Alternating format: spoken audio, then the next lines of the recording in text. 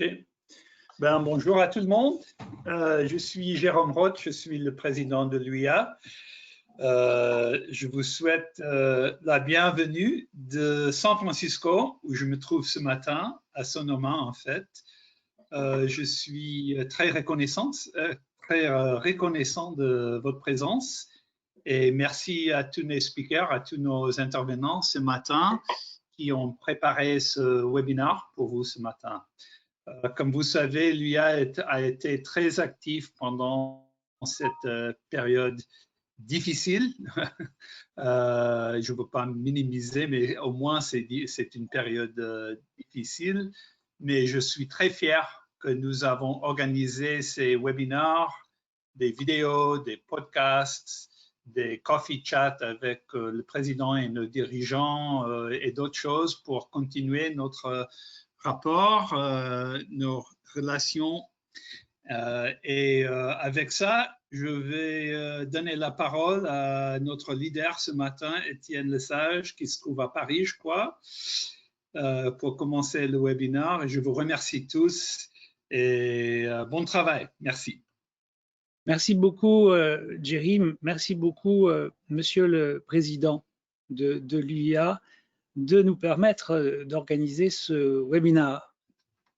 Depuis Paris, la Californie et la Suisse, puisque nous allons aujourd'hui, pour ce premier webinaire de la commission pénale de notre association, pouvoir, c'est le but, partager nos expériences de pénalistes, de cabinets de criminalistes à travers le monde, à travers notre association, pour, en ces temps de Covid-19, en ces temps de confinement, en ces temps où l'activité judiciaire dans la plupart de nos pays est arrêtée, complètement ou quasi complètement, sinon pour quelques cas d'urgence lorsque des personnes sont arrêtées,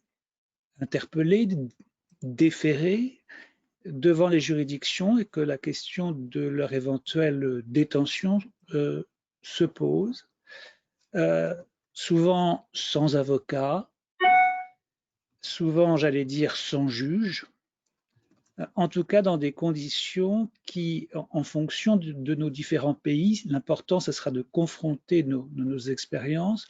Là, nous allons commencer un panel avec Claude Nicati depuis la Suisse, son cabinet est à Neuchâtel, avec Véronique Moissinac, qui est avocate à Paris. Nous allons parler de notre situation et faire état aussi des législations exceptionnelles qui ont été prises dans nos différents pays. Tout à l'heure, à 17h30, nous aurons une autre capsule, comme on dit, de ce séminaire qui permettra, en anglais, d'avoir les expériences, notamment britanniques et canadiennes, de la façon dont nous sommes amenés à travailler comme pénalistes de chez nous. C'est difficile pour un pénaliste de travailler de chez lui. Nous, les pénalistes, nous allons à notre cabinet, nous recevons, et nous recevons beaucoup, c'est notre habitude. Nous nous déplaçons beaucoup, nous avons des audiences sans arrêt. Nous sommes au tribunal correctionnel, à la cour d'assises, nous sommes dans les différentes criminal courts de nos juridictions, nous allons voir nos clients en détention, lorsqu'ils le sont. Nous sommes toujours sur le terrain.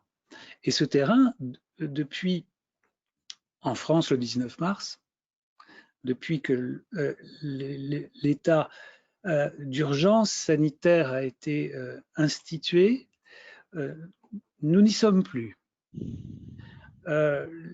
Nos barreaux, nos différents barreaux qui désignent des confrères pour les situations d'urgence pénale, qui commettent d'office des confrères à travers des permanences, en tout cas à Paris, nos barreaux, à Paris et autour, n'ont pas été en mesure de faire ces désignations d'avocats qui interviennent au titre de la commission d'office parce que la sécurité sanitaire de nos confrères, par l'absence de distribution de masques, par l'impossibilité d'assurer la distanciation sociale entre les avocats et les magistrats, les avocats et les greffiers, les avocats et nos clients, l'impossibilité matérielle et sanitaire à laquelle nous sommes confrontés fait que nos barreaux ne désignent plus pour le droit pénal d'urgence des confrères au quotidien, ce qui manque beaucoup.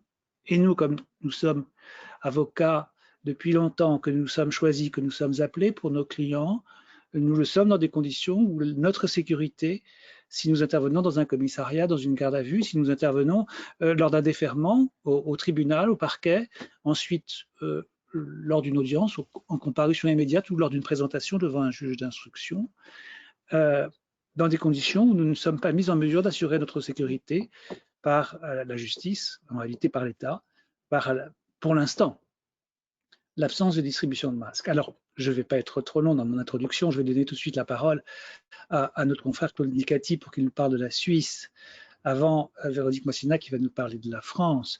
Mais nous sommes dans une situation délicate et difficile. Nous sommes face à des législations en France,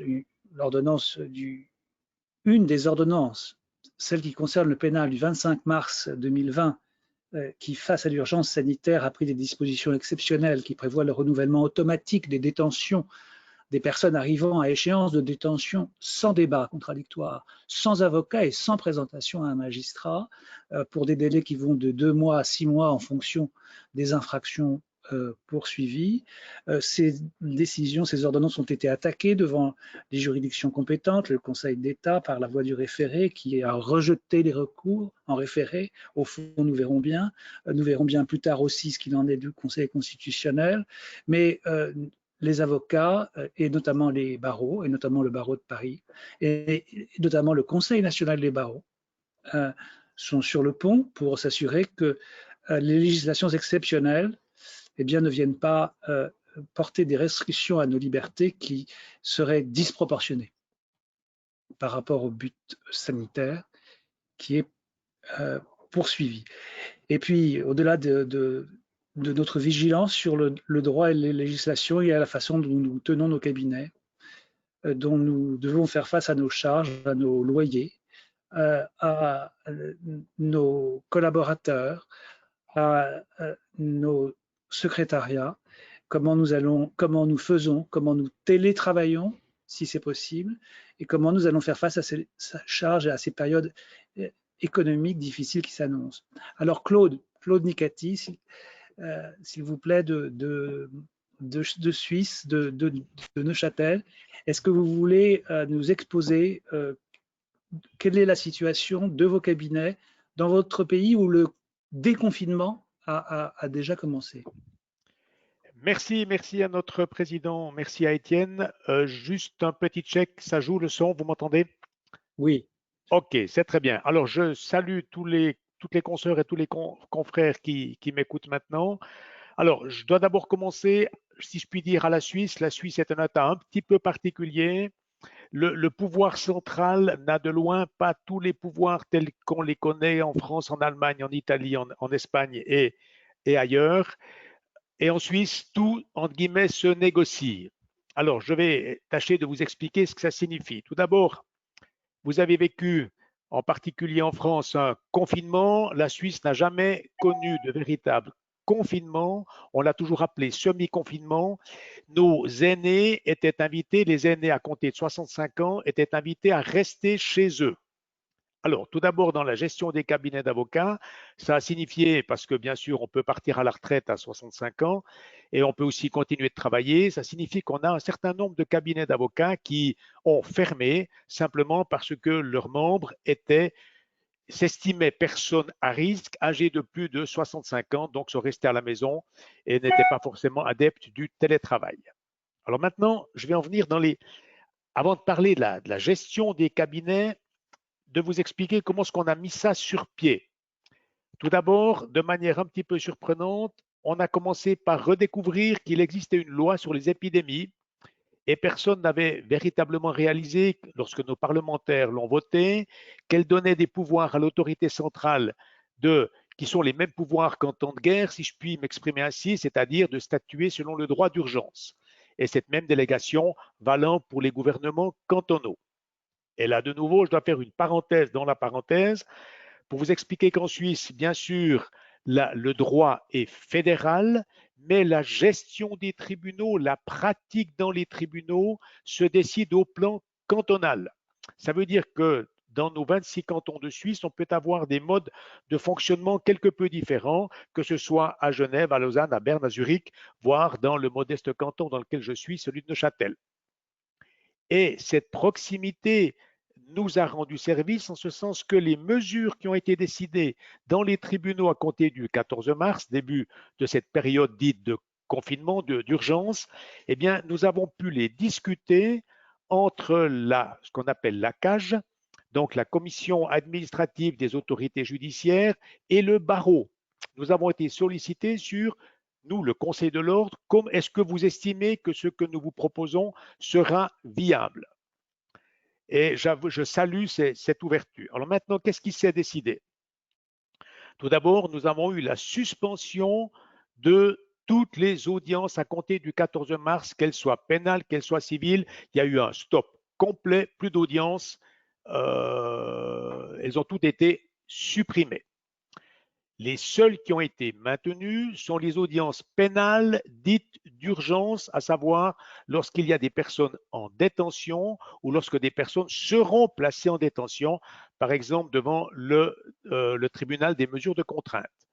Et là aussi, la forme écrite a été privilégiée. Donc, les audiences présentielles, à la limite, à part devant les autorités de police, elles n'ont plus eu lieu. Tout le reste s'est fait par écrit. Ce que l'autorité a aussi décidé a été la prolongation des fériés. Les fériés, normalement, en tout cas en Suisse, c'est 15 jours avant Pâques, 15 jours après Pâques. Et bien là, pour éviter toute la problématique des délais qui peut poser un certain nombre de problèmes, les délais en particulier civils, on a allongé les fériés des 15 ou 3 semaines avant la période de Pâques. Tous les délais ont ainsi été suspendus. Et l'autorité judiciaire a été sage, en ce sens qu'il appartenait à chaque avocat de vérifier si un délai lui avait été donné, donc pas un délai légal, mais si un délai lui avait été donné par un magistrat judiciaire, hors du domaine civil dans lequel il y avait automatiquement prolongation, mais un délai par exemple pénal pour se prononcer, si ce délai devait être ou non prolongé. Donc il y a eu une très grande souplesse de la part des autorités de justice parce que dans les cabinets d'avocats, il y avait plus grand monde. Alors maintenant, je vais aborder la gestion des cabinets. Chaque cabinet pouvait faire comme bon lui semble. Étant précisé que nous étions en période de semi-confinement, ça signifie que, par exemple, me concernant, je suis allé tous les jours à l'étude. Mais afin d'éviter de devoir fermer le cabinet parce qu'un cas de Covid-19 se déclenche, nous avons pris des mesures en ce sens que c'est une personne par bureau, rien de plus. Et nous sommes avec les mesures sanitaires, par exemple l'installation d'une vitre en plexiglas dans la salle de conférence pour éviter tout contact physique, si je puis dire, entre le client et le mandataire. Nous avons aussi fortement réduit les visites présentielles, si je puis dire, les entretiens présentiels, en ce sens que nous n'en faisons plus qu'un, le premier.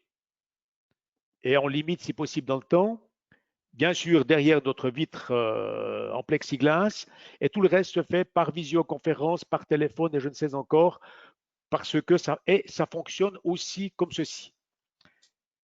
J'ouvre une parenthèse.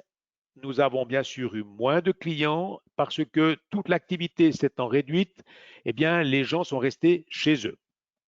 Maintenant, je vais aborder encore un sujet intéressant, les audiences dans les tribunaux. Alors, maintenant, les audiences sont reprises, mais bien sûr avec un certain nombre de cautèles.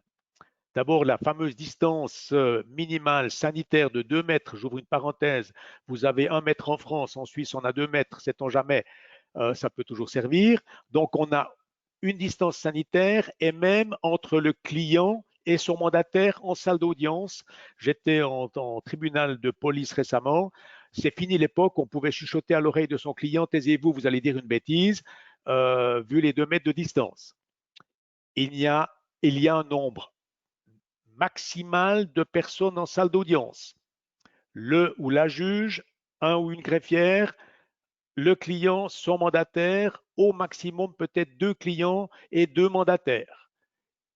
Et maintenant, on introduit même dans les procédures civiles, je quitte le pénal, dans les procédures civiles, même si nos tribunaux semblent quelque peu réticents à le mettre sur pied, les divorces par visioconférence.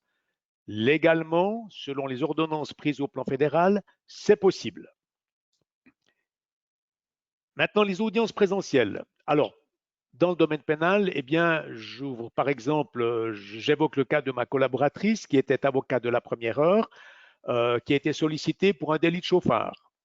Donc, bien sûr, sollicitée à des heures absolument indues pour une personne entendue parce qu'elle a roulé, je crois, 150 dans une ville du canton, ce qui est un petit peu excessif quand même.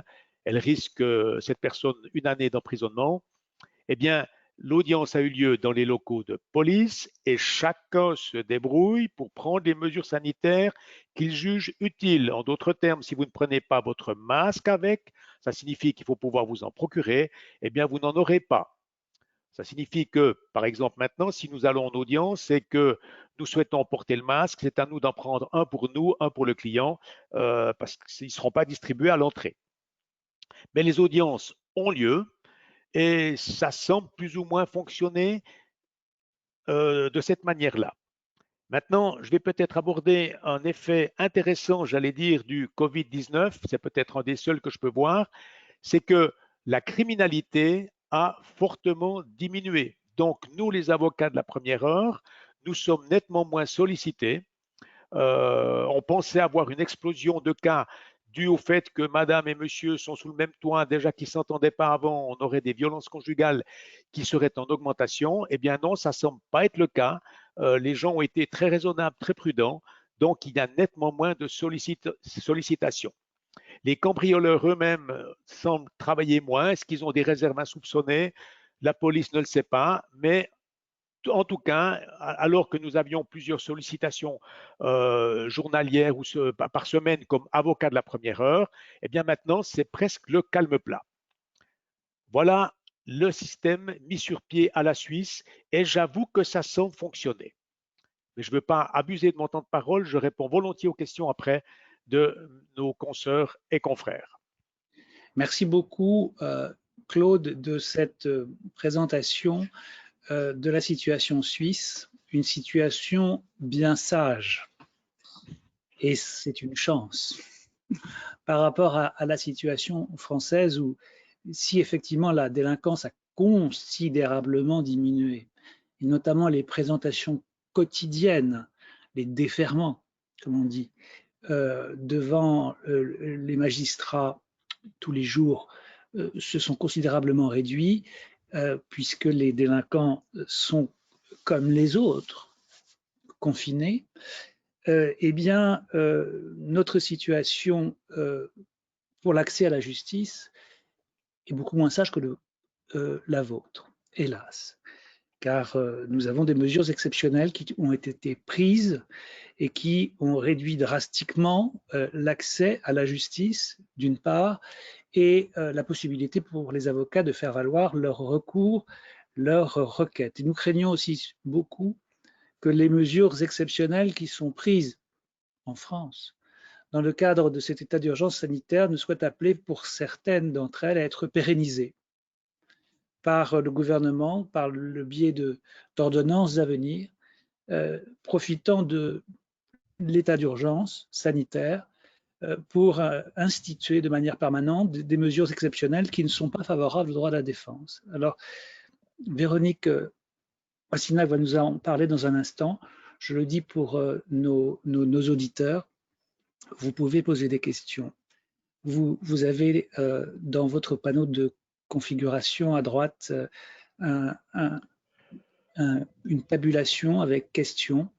Vous pouvez écrire votre question, votre nom, comme ça, je verrai les questions et votre nom, et je pourrai, en vous citant, poser la question à l'un ou l'autre de nos panélistes.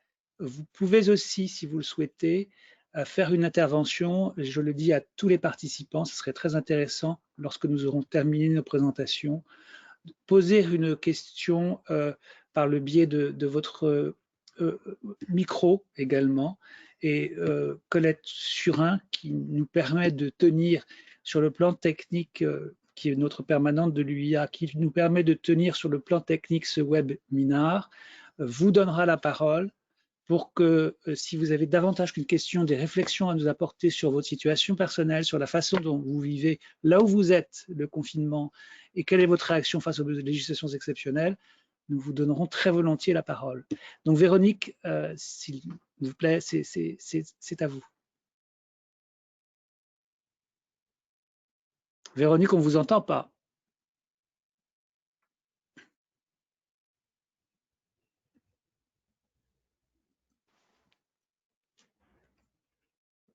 Véronique, il faut enclencher le micro.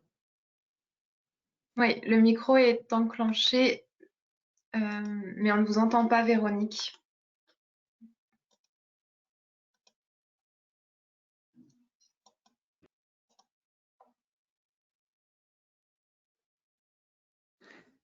Si vous prenez le téléphone, vous devriez y arriver.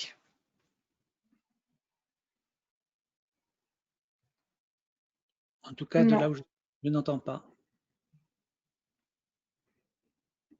Oui.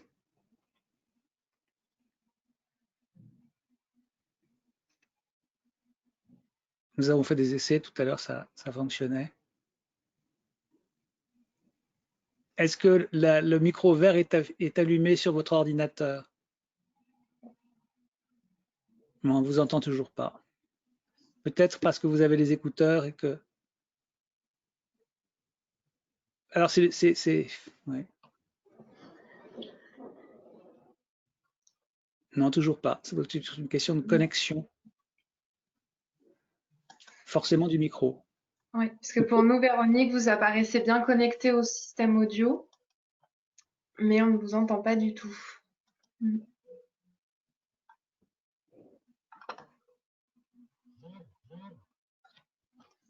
On va faire un nouvel essai.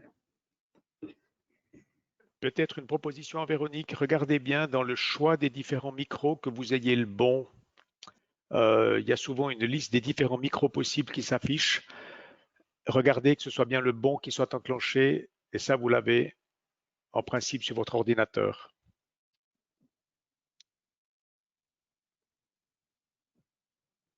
Non, on ne vous entend pas, Véronique. Alors, ce que je vais peut-être faire, c'est que je vais peut-être commencer à faire une présentation de la situation française.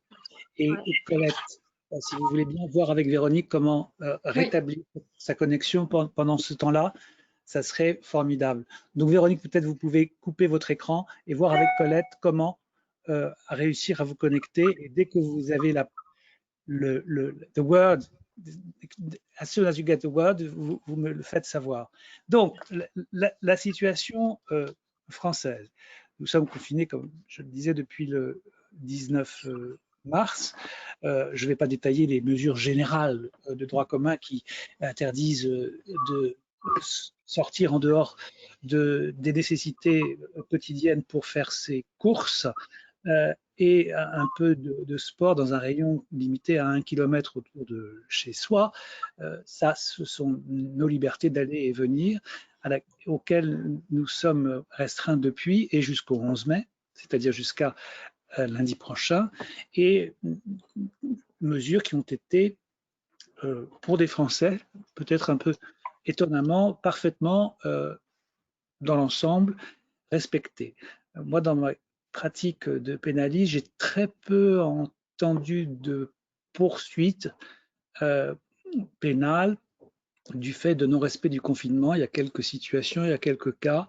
Vous savez que lorsqu'on est interpellé dans la rue et que l'on n'est pas en mesure de présenter une attestation dont la valeur juridique pourrait aussi largement être discutée, une auto-attestation disant que nous sortons pour faire nos courses ou pratiquons une activité physique d'1 heure maximale autour de chez nous et seul, si nous ne sommes pas en mesure, nous risquons une amende de 135 €.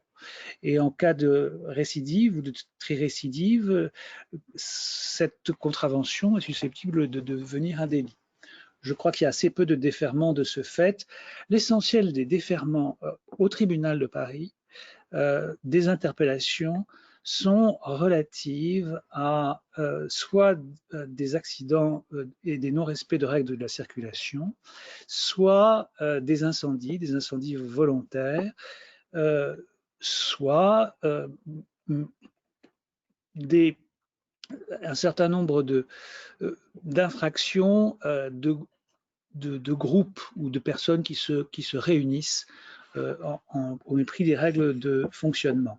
Mais tout ce qui est le quotidien des délits de la rue, de stupéfiants, a quasiment, au tribunal de Paris, en tous les cas, disparu parce que les policiers ne procèdent plus aux surveillances et aux interpellations auxquelles ils sont habitués dans des quartiers où cette délinquance est surtout une délinquance de rue et qui forcément prend des tours différents puisque toute personne dans la rue est, elle, susceptible d'être contrôlée. Nous avons des législations alors exceptionnelles face à la délinquance du quotidien, la délinquance de la première heure, comme le disait Claude Nicati.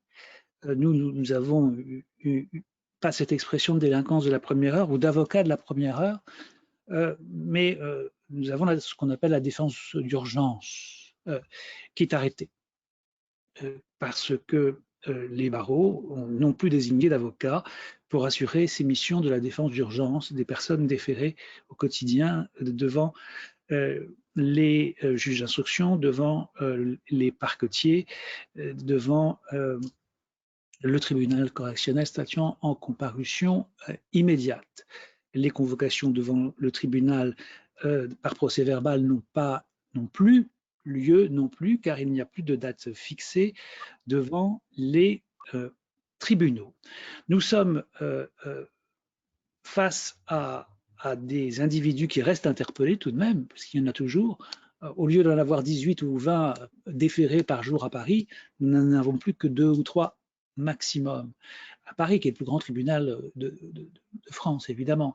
Mais pour la délinquance plus lourde, et notamment la délinquance criminelle, qui dans les violences domestiques dont on a parlé aussi en Suisse, qui n'auraient pas connu de recrudescence, ici c'est un peu différent.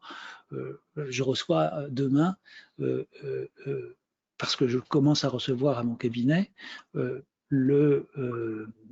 une cliente dont le père a été tué par le beau-père dans des conditions de drame de la jalousie, et que le confinement a pu pour le passage à l'acte violent, peut-être sur le plan des ressorts de l'action provoquée. Nous verrons ça. Mais ça reste effectivement assez rare parce que les poursuites ou les interpellations ne se passent que dans les cas les plus caractérisés, et on constate aussi que les policiers qui interviennent volontiers lorsqu'ils sont appelés pour des violences domestiques ne le font plus ou moins, sinon pour les cas effectivement particulièrement graves comme celui que je viens d'évoquer. Nous, donc dans nos cabinets, nous les pénalistes, comme je le disais tout à l'heure, qui sommes toute la journée sur le terrain, nous ne le sommes plus. Aller assister nos clients en garde à vue, c'est notre responsabilité. Quand nous sommes désignés, appelés, y allons-nous, n'y allons pas. Nous n'avons pas de masque, nous n'avions pas de masque. Nous commençons à avoir des masques qui sont distribués et qui sont en vente depuis seulement ce lundi, puisque les officines de pharmacie et les grandes surfaces de la grande distribution ont été autorisées à commander des masques seulement depuis la semaine dernière et ne sont livrés que depuis ce lundi, c'est-à-dire depuis avant-hier. Avant, nous n'avions pas de masque. Et c'est à nos frais.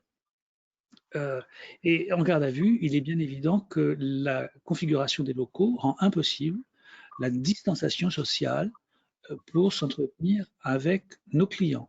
Donc, la législation exceptionnelle qui a été passée, et notamment les ordonnances, 19 ordonnances,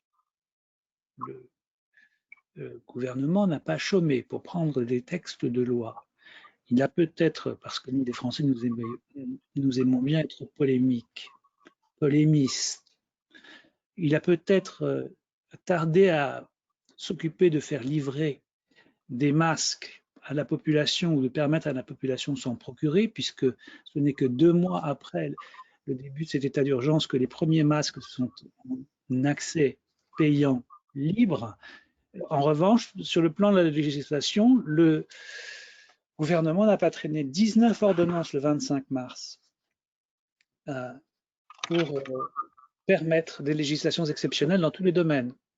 Et dans le domaine de la justice pénale, il y a une ordonnance pénale qui a été prise et qui a généralisé les visioconférences pour tous les renouvellements de la détention et qui a permis aux administrations pénitentiaires de ne plus assurer aucun transfert. Ah, formidable, te revoilà. Ah, je voilà. termine, je te redonne la parole. Oui, bien sûr, bien sûr, bien sûr. Formidable. Nous avons, qui a permis aux directeurs d'établissements pénitentiaires non pas d'interdire l'accès des avocats pour visiter leurs clients au parloir, mais d'exiger des avocats qui se rendent en détention une attestation de non-contamination au Covid-19 et d'absence de fréquentation de personnes ayant eu le Covid-19. Plusieurs directeurs d'établissements pénitentiaires ont pris de telles mesures d'administration interne que beaucoup d'avocats contestent devant les juridictions, et heureusement plusieurs juridictions annulent ces circulaires administratives. De même que si les avocats ne sont pas interdits de se rendre en garde à vue ou de se rendre au tribunal pour assister leurs clients déférés, eh bien l'ordonnance en son article 16, l'ordonnance du 25 mars pénale en son article 16 qui renouvelle automatiquement les détentions sans présentation, plusieurs avocats soulèvent des nullités, soulèvent l'inconventionnalité ou l'inconstitutionnalité de ces lois devant les tribunaux et obtiennent des remises en liberté de leurs clients lorsque les renouvellements se font de manière automatique, sans présentation, ni même visioconférence, pour la prolongation des délais lorsque les délais arrivent à échéance en matière criminelle. Nous avons des décisions de justice qui viennent très rapidement contrecarrer cette législation exceptionnelle. Mais justement, c'est le temps de redonner la parole à Véronique qui a retrouvé le micro. Nous vous écoutons, Étienne. Véronique. Merci Étienne. Vous m'entendez? Oui, très bien. Oui, bon, merci. Bien, mais en fait, toutes ces ordonnances, on a l'impression qu'elles ont été prises très rapidement, mais en fait, dès le 14 mars, il y avait déjà des circulaires de la chancellerie qui donnaient les grandes lignes et ça a été développé et parfois amélioré dans les ordonnances parce que dans ces circulaires, il y avait des magnifiques usines à gaz. Donc déjà, dès le 14 mars, la chancellerie dit limiter les déferrements, priorité aux enquêtes de flagrance, limiter les interpellations en la forme préliminaire sauf urgence. Et puis, tout d'un coup, on s'aperçoit que les moyens que soulevait la défense, que ce soit en garde à vue ou pour limiter la prorogation des détentions provisoires, et bien en fait, tous les arguments que soulevait la défense sont repris par la chancellerie. Donc, comme ça, en garde à vue, l'officier de police judiciaire, le procureur de la République peut demander absolument à ce que le gardé à vue voit un médecin, alors que parfois, bien des fois, on a des clients subclaquants en garde à vue, on demande, alors même qu'ils ont vu un médecin, qu'ils le voient de nouveau parce que ça ne va pas du tout et ça nous est refusé. Là, tout d'un coup, c'est possible parce qu'il y a un risque de contagion. Et même, vous m'avez perdu là? Allô? Non, non, t'entends. Ah, et même chose pour la détention provisoire. La chancellerie s'était lancée dans une interprétation assez hasardeuse d'un article du Code de procédure civile sur voilà, la prise en compte des circonstances imprévisibles et insurmontables pour justement justifier une prorogation de détention provisoire quasi automatique. Et pour couper court à l'usine à gaz que cela aurait donné lieu, ce que ça aurait certainement donné lieu à beaucoup de contentieux devant les juridictions, l'ordonnance qui a modifié les dispositions du Code de procédure pénale ensuite de la déclaration de l'état d'urgence sanitaire a décidé, a choisi l'option de cette prorogation automatique, enfin, des délais de détention provisoire. Donc, ce qui est assez inquiétant, c'est qu'on est quand même dans un état d'urgence sanitaire qui est en cours jusqu'au 24 mai. Alors, est-ce qu'il va être renouvelé ensuite pour un mois? C'est ce que demande le Sénat, ou jusqu'au 24 juillet? Nous ne le savons pas encore. Mais toujours est-il que les mesures exceptionnelles qui résultent de l'ordonnance du 23 mars sont applicables pendant un mois après la fin de l'état d'urgence. Ça veut dire qu'il y a des mesures qui sont parfaitement contraires au respect au principe du procès équitable qui vont être applicables alors même qu'il n'y a plus aucun risque de pandémie. Voilà, donc ça c'est une mesure pour le moins inquiétante. Donc, ensuite de ça, il y a évidemment la suspension de tous les délais de prescription. Les délais pour exercer une voie de recours sont doublés et dans tous les cas, ils ne sont jamais inférieurs à 10 jours. Les saisines des juridictions sont assouplies, mais comme on sait de toute manière qu'il n'y a pas de greffière dans les juridictions, c'est un peu peine perdue. Et alors, désormais, l'entretien avec l'avocat en garde à vue peut se faire par téléphone, pour autant qu'il y ait une garantie de confidentialité, mais comment le vérifier quand on n'est pas dans le commissariat? Donc, en fait, c'est à la discrétion de l'avocat de se déplacer ou non dans le commissariat. Mais heureusement, l'entretien avec l'avocat par téléphone n'est pas exclusif de toute autre forme d'entretien. Donc, autant vous dire qu'un entretien par téléphone en garde à vue, déjà avant, on était au courant de rien, c'était plus une garantie, ça permettait juste de garantir les droits minimum par téléphone. Là, on est carrément, on a les yeux bandés, les oreilles bouchées dans une pièce dans le noir. Donc, c'est parfaitement inefficace. Et en ce qui concerne les délais de détention provisoire, ils sont prorogés de 2 mois, 2 mois ou 3 mois en matière correctionnelle, en matière criminelle de 6 mois. Alors, la limite qui est prévue par la loi, c'est que ces prolongations ne s'impliquent qu'une seule fois au cours de chaque procédure. Un référé a été intenté devant le Conseil d'État pour suspendre la circulaire qui prévoyait l'application de ces dispositions et il a été rejeté sans vraiment, avec une justification minimaliste, voire inexistante.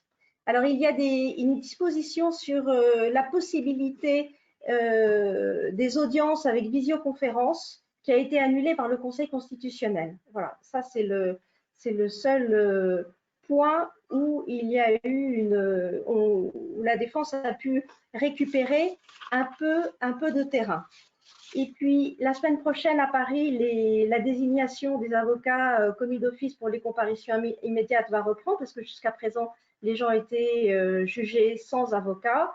Et il y a des conditions sanitaires drastiques qui sont posées, parfois, enfin, selon le point de vue qu'on pourrait considérer comme presque excessive. Donc, c'est voilà, le respect des gestes barrières. pour que voilà, la désignation des avocats puisse reprendre et que les déférés soient défendus en comparution immédiate devant le tribunal correctionnel. Donc voilà vraiment les grandes lignes de ces mesures exceptionnelles. Et puis en ce qui concerne la pratique voilà, des cabinets en ce moment, que ce soit le mien qui est fermé, où on va juste chercher notre courrier et de fait suivre les dossiers d'instruction alors même que les greffières ne sont plus dans les cabinets. Voilà, donc l'activité, pour l'instant par le suivi des dossiers pour un travail de fond, il n'y a plus vraiment d'activité et c'est ce que je vois pour mes confrères également dans le domaine pénal. Merci beaucoup, Véronique, de cette intervention. Avant que nous prenions quelques questions, j'aimerais aussi faire un petit tour d'horizon et avant de conclure sur la situation de nos cabinets, un bref tour d'horizon de mesures plus ou moins emblématiques qui sont envisagées. Vous savez que dans le cadre des réformes de l'année dernière de la procédure pénale, ont été institués des tribunaux départementaux criminels ou des cours départementales criminelles qui sont appelés à titre expérimental dans certaines régions à juger sans jury populaire des crimes punis jusqu'à 20 ans de réclusion, c'est-à-dire l'intégralité des viols et des vols à main armée. Nous avons entendu cette semaine plusieurs parquets, et notamment de Paris et de la couronne parisienne, appelés pour résorber le retard qui forcément est induit par l'arrêt des procès d'assises actuellement, à généraliser cette mesure qui n'était prévue pour l'instant qu'à titre expérimental à l'ensemble des cours d'assises de Paris et autour de Paris, c'est-à-dire de juger l'ensemble des crimes punis jusqu'à 20 ans sans jury populaire. Une façon de juger les crimes qui, pour beaucoup de pénalistes, pose de nombreuses questions en termes de rendu populaire de la justice.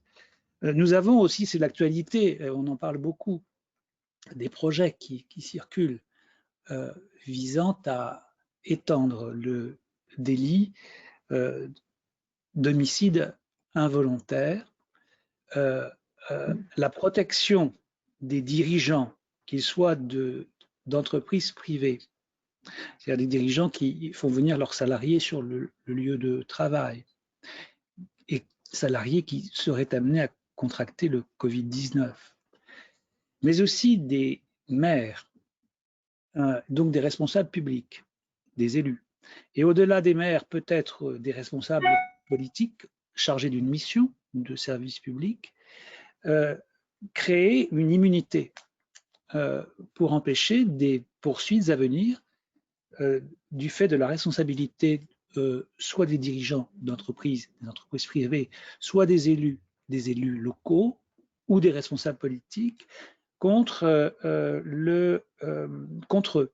C'est comme ça que l'article 121.3 du Code pénal, qui prévoit les poursuites possibles contre les dirigeants ou contre les responsables pour des délits d'homicide involontaire, eh bien, on pourrait y introduire, c'est en discussion, des immunités. Et là, il va falloir être aussi très vigilant pour s'assurer que on ne cherche pas, même si en tant qu'avocat, on est plutôt favorable aux mesures qui semblent en faveur des personnes susceptibles d'être poursuivies, il faut tout de même être vigilant face à la responsabilité éventuelle de ceux qui ont la charge d'organiser et de surveiller l'état d'urgence sanitaire dans leur circonscription, qu'elle soit locale, qu'elle soit nationale, qu'elle soit privée, en entreprise ou qu'elle soit publique.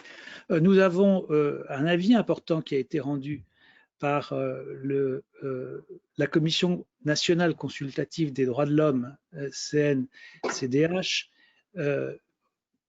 relativement aux ordonnances du 25 mars 2020.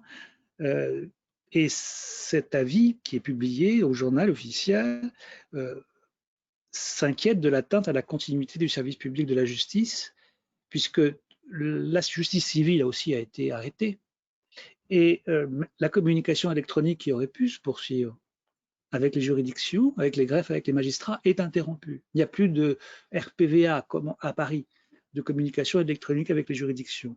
Et la CNCDH s'inquiète aussi des atteintes aux droits de la défense, des atteintes en matière d'assistance éducative, des enfants placés au cours d'audience sans avocat, s'inquiète de l'application des peines et du risque, comme je le disais tout à l'heure, de pérennisation des atteintes aux droits et libertés fondamentaux. Voilà, donc cet état d'urgence sanitaire résultant du Covid-19 pose chez nous, et pas seulement chez nous, une foultitude de questions qui concernent particulièrement tous les avocats pénalistes et la situation dans l'assistance de nos clients et dans la gestion de nos cabinets. Moi, au cabinet, il y a un collaborateur qui reste chez lui, mon associé qui est à la campagne.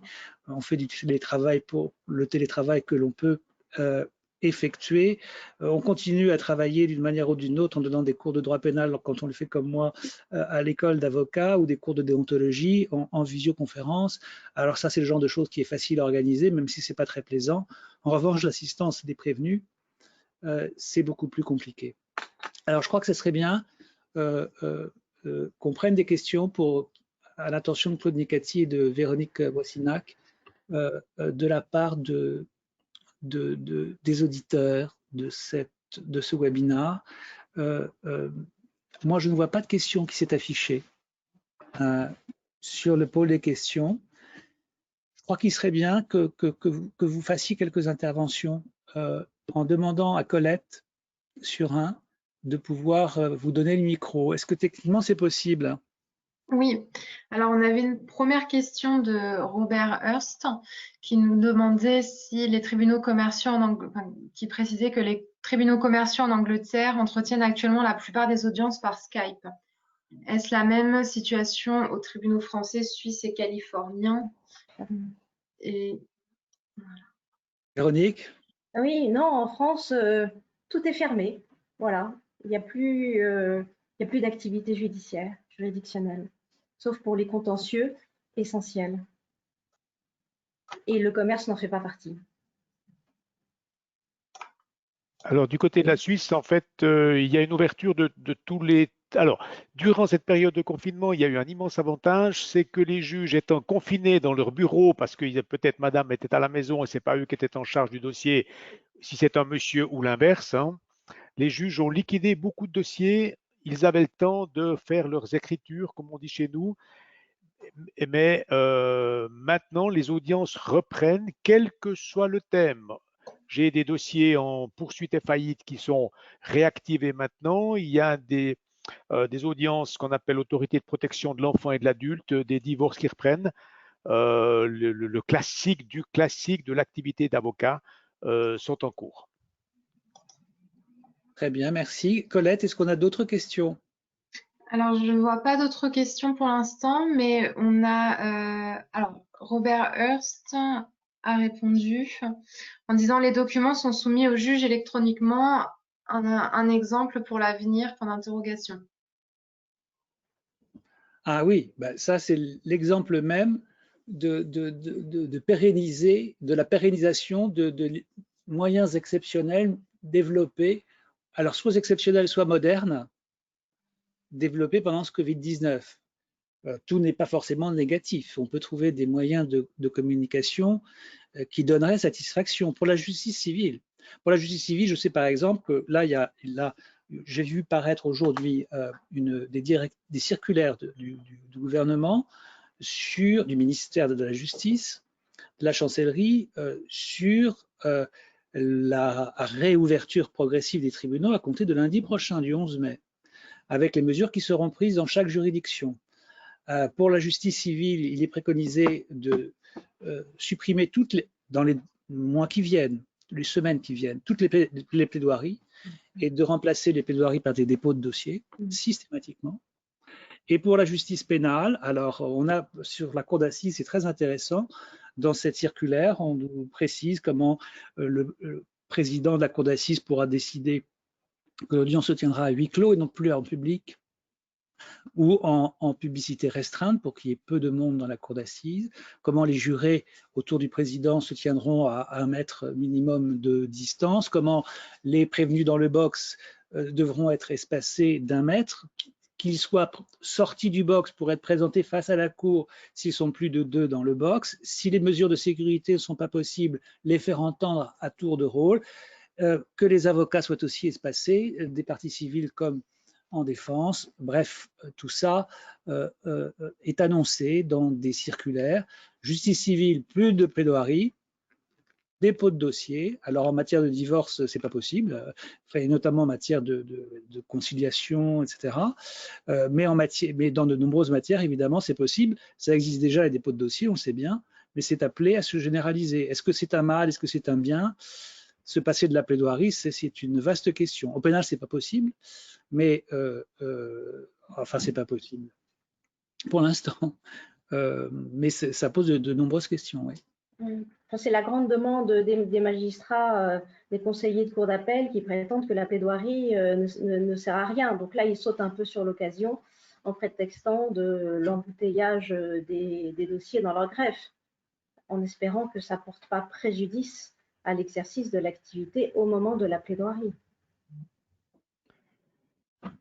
Et comment vous allez faire avec cette comment dire, sa condition sine qua non? On peut s'opposer quand même au dépôt de dossier. Il faut quand même l'accord des parties. Donc on peut s'y opposer en civil. Oui. D'accord, mais comment est-ce qu'on fait avec le dernier mot à l'accusé? En fait, c'est toujours lui qui a le privilège de pouvoir conclure. Souvent, il dit rien et c'est souvent mieux s'il ne dit rien. Mais légalement, on ne peut quand même pas s'asseoir sur le droit qu'a un accusé de compléter les mots de son avocat avant d'être jugé. Pour les procédures écrites, c'est ça. Quand la procédure est écrite, c'est là que, bon, légalement, on peut s'en passer.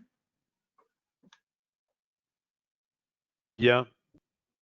Oui, et puis cette circulaire là que je fais la recherche, mais je l'ai vue, elle est très longue. Elle ne va plus solliciter l'accord des parties pour déposer les dossiers. Il faudra déposer ces dossiers en matière civile. Oui, oui, c'est tout aujourd'hui là. Oui. Ah ben oui, là actuellement c'est ça, mais ça va être restreint. L'oralité des débats dans le cas de ce Covid-19 effectivement est largement restreinte.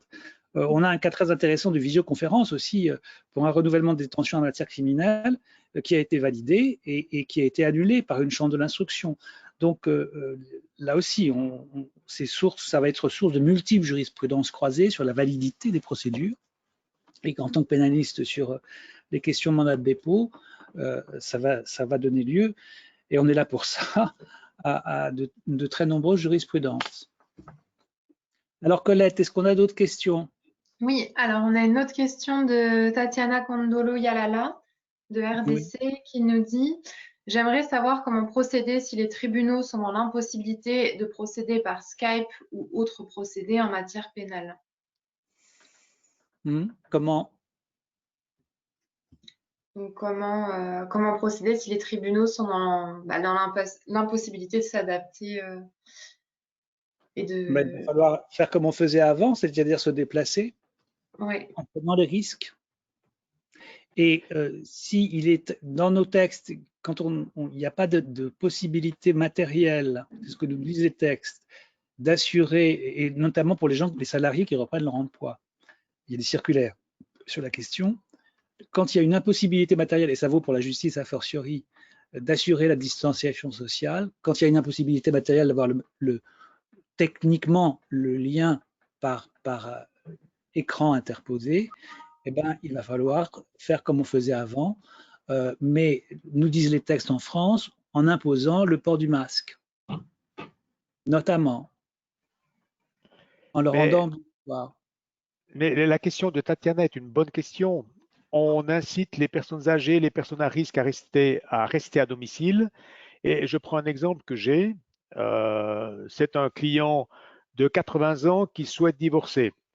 parce qu'il se rend compte que peut-être la très jeune femme avec laquelle il était avait peut-être fait un mariage plus d'argent que d'amour.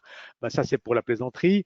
Mais il fait partie des personnes à risque qui ne se déplacent pas et je me vois mal dans un divorce être moi, par exemple, dans mon bureau, lui dans son domicile par visioconférence et encore le tribunal, plus la partie adverse. Ça va être quand même très compliqué. Ça va être très compliqué et je comprends sa question. Mais je pense que la vraie solution restera peut-être la présentielle, dans le sens que les gens sont là et on se mettra dans une grande salle, très espacés les uns des autres, avec des masques qu'on met, qu'on enlève, et c'est comme ça que c'est le plus dangereux. Mais il faudra que la pratique se rôde. Absolument. Le temps de l'épidémie, le temps de l'épidémie. Espérons. Mais peut-être que certains qui sont en ligne peuvent partager sur leur expérience pratique dans leur pays, dans leur barreau, je ne sais pas. Oui, tout à fait. Par exemple, Hichem Khalil voulait voulait, si on avait le temps, présenter un peu la situation actuelle en Algérie. Oui, oui, allez-y, ça c'est intéressant. On va dépasser un peu, mais c'est intéressant. Ce serait bien de donner la parole. Oui, Hichem, je vous donne la parole. Bonjour. Bonjour.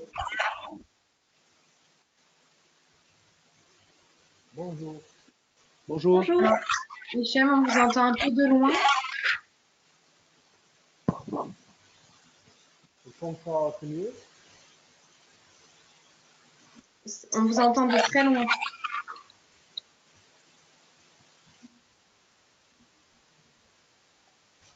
On n'entend pas. Non, malheureusement.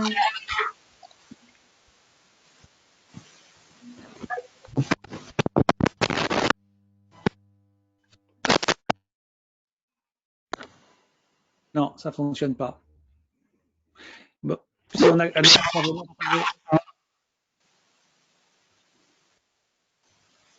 autre intervenant qui veut prendre la parole.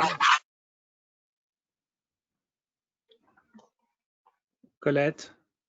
Oui, alors si vous souhaitez intervenir, n'hésitez pas à signaler dans les questions afin qu'on vous donne la parole.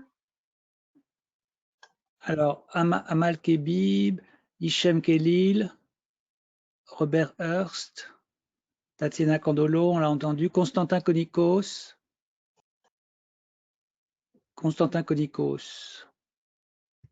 Qu'est-ce qu'il nous demande? Je note ce passage qu'en Suisse alémanique, il y a des juges ou des procureurs qui ne font pas preuve de compréhension pour prolonger les délais en raison du Covid-19 comme si de rien n'était, nous dit-il. Alors, je peux très bien entendre le propos de notre confrère.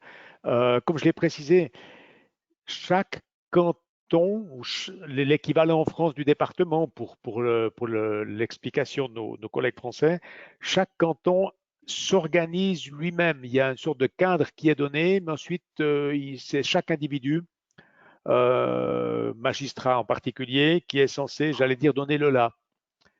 Et c'est peut-être là aussi qu'on a peut-être le revers de la médaille de notre suissitude. Ouais, absolument. Bon, alors, on a une dernière question, de Darlene Blaise, qui nous demande: est-ce que admettre la visioconférence ne restreint pas à l'accès à la justice? Ça, oui, moi, c'est ce que je pense. Et c'est ce que pensent beaucoup d'avocats français, puisque la généralisation de la visioconférence, ça ne date pas du Covid-19. La tendance à la généralisation de la visioconférence, c'est une tendance à laquelle les magistrats ont envie de céder, parce que c'est plus pratique, parce que ça coûte moins cher pour la justice, effectivement, que de conduire un prévenu d'un lieu de détention au tribunal. Il n'y a plus d'escorte, il suffit de parler à une caméra. Mais les moyens techniques de la visioconférence sont tout à fait aléatoires. On le constate tous les jours.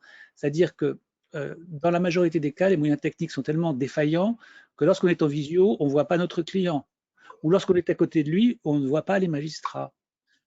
Moi, j'ai plaidé déjà des renouvellements des détentions ou des audiences en visioconférence avec l'accord parce qu'il faut encore l'accord du client, sans voir, en voyant comme magistrat des silhouettes. Et sans même voir dans l'écran l'avocat général qui requérait, c'était à la cour d'appel, contre mon client, sans même l'apercevoir.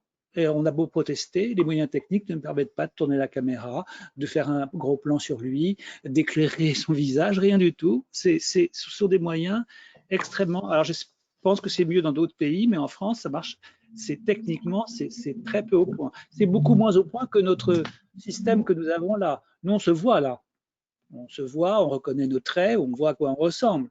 Dans les visioconférences, telles que c'est organisé en détention, avec le lien aux tribunaux, les tribunaux avec le lien avec la détention, on ne voit rien, on voit des silhouettes noires, la plupart du temps. Donc on ne voit pas les visages, et c'est très embêtant de ne pas voir les visages. Ça restreint, pour répondre à notre consoeur, nettement l'accès à la justice. Voilà, bah écoutez, il est 17h10 presque. On va enchaîner avec une capsule à 17h30 en anglais pour tous ceux qui sont intéressés, pour avoir les points de vue britanniques et canadiens de ces temps de Covid. Claude, Véronique, merci beaucoup d'être intervenus lors de ce webinaire. Si vous voulez suivre avec nous dans le webinaire en anglais, ça serait formidable. Merci à vous tous et surtout que je souhaite une excellente santé à toutes nos consoeurs et tous nos confrères. Je crois que c'est le plus important. Absolument. Merci à tous. Merci beaucoup. À bientôt. Merci à tous. Au revoir. Au revoir.